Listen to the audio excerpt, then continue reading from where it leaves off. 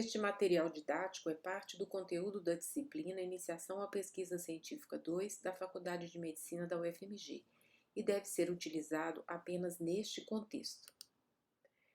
O exercício do profissional de saúde tem se tornado cada vez mais complexo. A tecnologia tem construído uma nova relação entre as pessoas, modificando também a maneira como utilizamos as informações em nosso cotidiano e até como nos relacionamos social e profissionalmente. Ao mesmo tempo que o conhecimento científico progride, inundando as revistas científicas de novas publicações, o cidadão também assume um papel mais participativo nas decisões sobre o cuidado da sua saúde. A nós, profissionais, cabe a responsabilidade do raciocínio clínico com base em ciência, mas sem se esquecer da individualidade das pessoas e do grande impacto das decisões de saúde tomadas para cenários coletivos. Nem sempre dispomos de todos os recursos que gostaríamos, nem sempre uma nova tecnologia em saúde já se mostrou realmente útil e custo-efetiva, pronta para ser implementada. É a capacidade de julgamento desenvolvida pelo raciocínio clínico na interface com o pensamento estatístico que irá apoiá-lo na compreensão do método científico, capacitando você para julgar o que é confiável, o que é indicado e útil para cuidar da saúde. O tema de hoje é inferência estatística. São noções sobre intervalo de confiança, amostra, que irão introduzir conceitos como validade de um estudo, confiança em seus resultados e ensiná-lo a julgar resultado de pesquisa, assumindo que existe uma margem de dúvida aceitável. Vamos começar pelo conceito de população e amostra. Em estatística, população é um conjunto completo de pessoas, itens ou eventos que apresentam determinadas características em comum, diferente do conceito da demografia. Por exemplo, todos os pacientes diabéticos que usam insulina, todos os bebês com malformação decorrente do Zika vírus que nasceram em Minas Gerais, todos os óbitos domiciliares por Covid na América Latina. Os seus elementos não precisam residir ou nascer em um determinado local, como na demografia. Basta que seja um conjunto completo bem definido. Esse conjunto completo é o universo onde está o verdadeiro resultado que o estudo científico deseja alcançar.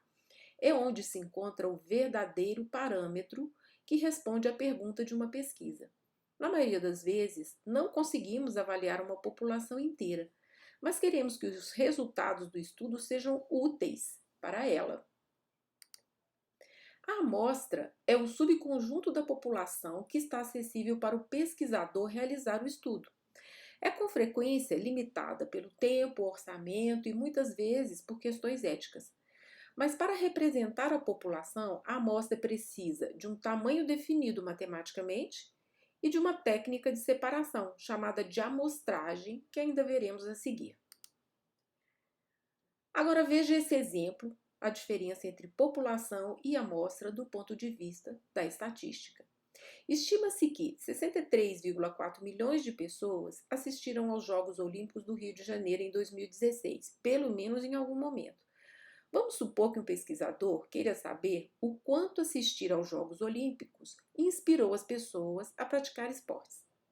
A pergunta da pesquisa é muito relevante para a promoção da saúde, mas o universo de interesse é impraticável para uma pesquisa populacional, 1 a 1.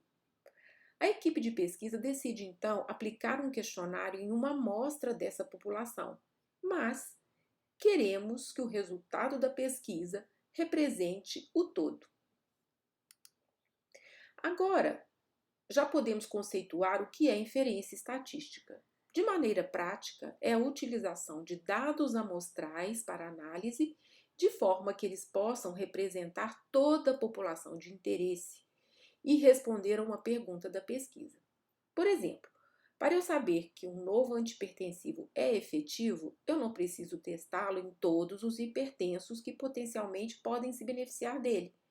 Eu faço um estudo controlado e ético em uma amostra e avalio o resultado. Mas em seguida o objetivo é aplicar o conhecimento na população.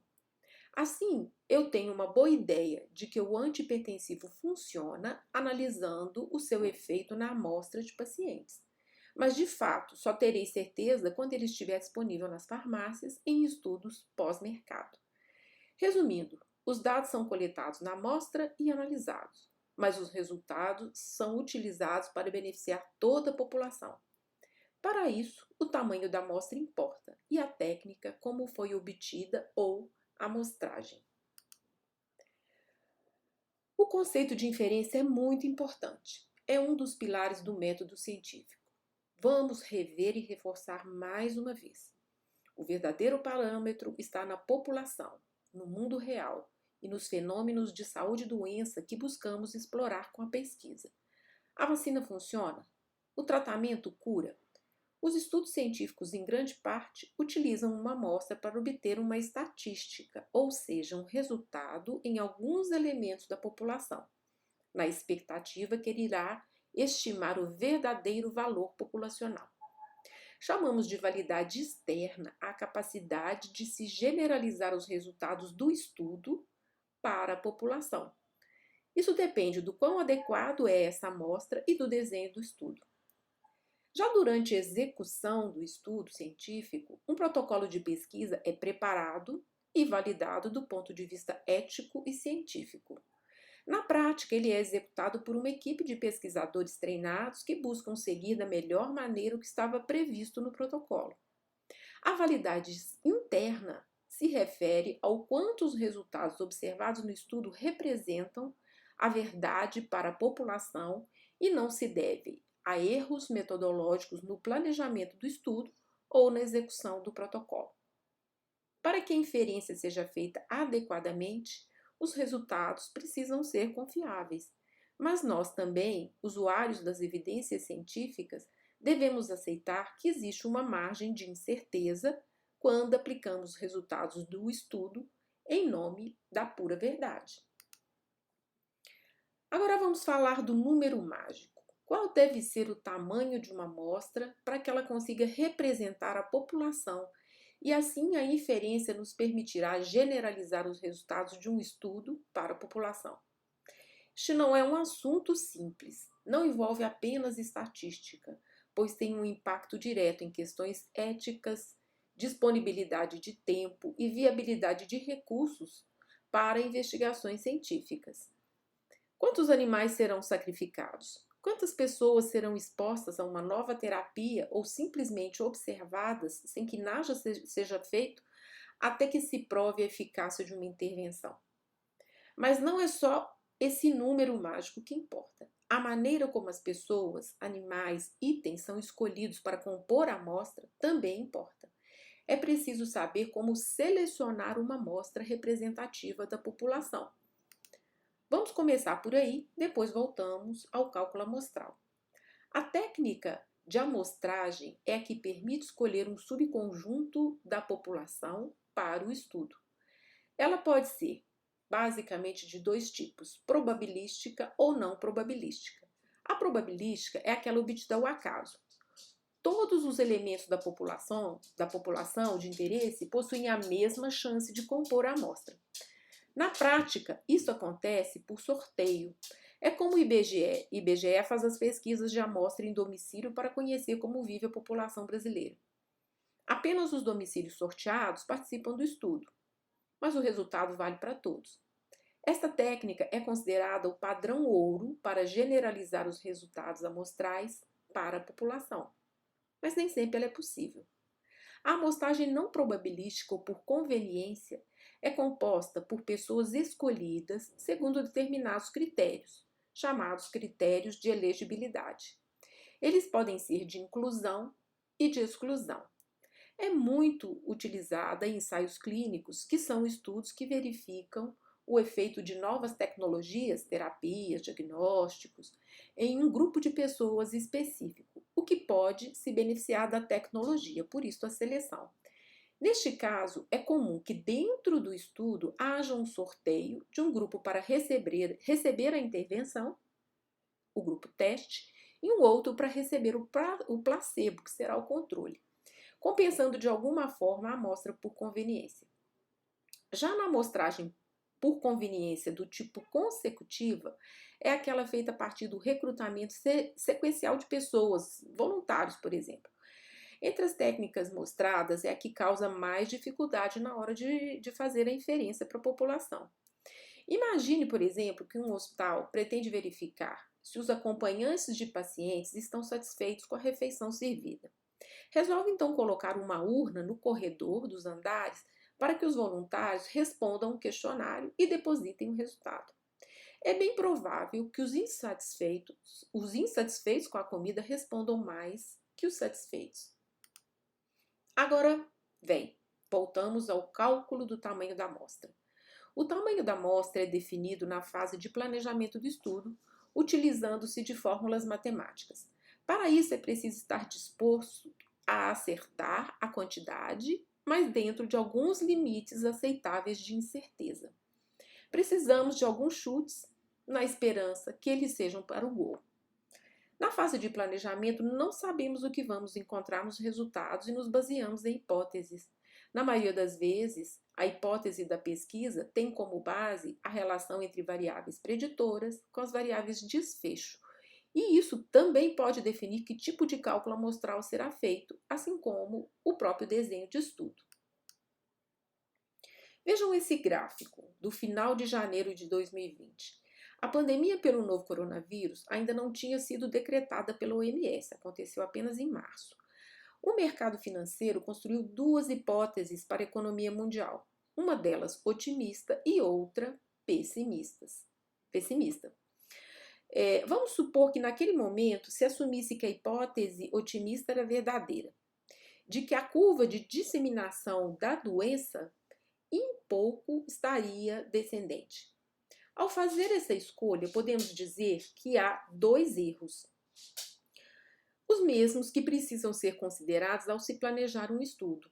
Um deles é chamado de erro alfa, que é o de se rejeitar uma hipótese verdadeira.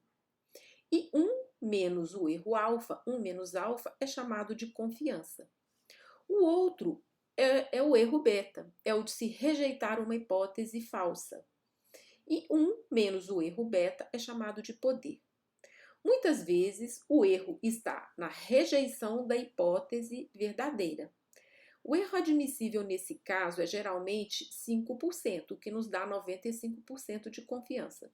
Outras vezes, o erro está na própria hipótese. Neste caso, estamos falando do poder do teste, geralmente ajustado para pelo menos 80%, ou seja, erro beta de 20%. De posse de uma pergunta de pesquisa das margens de erro aceitáveis, buscamos uma referência para o verdadeiro parâmetro populacional na literatura científica já publicada no tema da pesquisa. Com esses elementos, nós podemos então calcular a amostra através de uma fórmula. Esta fórmula é como se o centro da medida que se espera encontrar estivesse no centro da distribuição de frequência e a confiança, ou Z, será então estimada por sua variabilidade medidas em desvios padrão populacional, ou Z. Lembra aqui que o intervalo entre o valor central da distribuição e mais ou menos 2Z corresponde a 95% de confiança ou erro alfa de 5%. Essa é uma das inúmeras fórmulas para cálculo amostral, talvez a mais elementar delas. Veja aqui como exemplo que estamos querendo saber qual seria o tamanho de amostra para encontrar uma determinada proporção de interesse. Neste caso, o interesse é saber a proporção de crianças com cartão de vacina em atraso em uma cidade. Vejam como calcular essa amostra utilizando a fórmula. O médico quer saber quantas fichas de vacinação ele deve escolher entre as 20 mil guardadas no arquivo da cidade, cadastradas pelas unidades básicas de saúde, para investigar então a proporção de fichas com cadernetas de vacina em atraso. O pesquisador, de antemão, precisa assumir dois erros. Neste caso, ele aceita correr o erro de 3% na estimativa da proporção e quero uma confiança de 95%. Se você ficou ainda em dúvida sobre o que é Z, reveja a aula sobre distribuição de frequência. Utilizando-se, então, um valor de estudo prévio nessa mesma comunidade, já feito em anos anteriores, que mostra que 9% das vacinas buscadas nas fichas estão em atraso, o cálculo amostral, então, colocando cada uma desses elementos na fórmula, é de 350 fichas ou 350 crianças. Na ausência de um referencial, se esse estudo com dados anteriores não existisse ou não fosse conhecido, um valor de 0,5 para a proporção esperada é tomado como padrão e, neste caso, 1.067 fichas deveriam ser revistas. Quanto à amostragem, a melhor maneira de se selecionar a amostra no universo de 20.000 fichas seria por sorteio. Vocês não concordam? Agora, vamos finalizar com o conceito de intervalo de confiança. O conceito de intervalo de confiança, ou IC, é considerado um dos mais importantes na interpretação dos textos científicos na área da saúde. Ainda que um médico não precise calculá-lo com frequência, é necessário que ele saiba o seu significado, pois ele traz impacto nas decisões clínicas tomadas com base em ciência. Mas por que precisamos de um intervalo de confiança?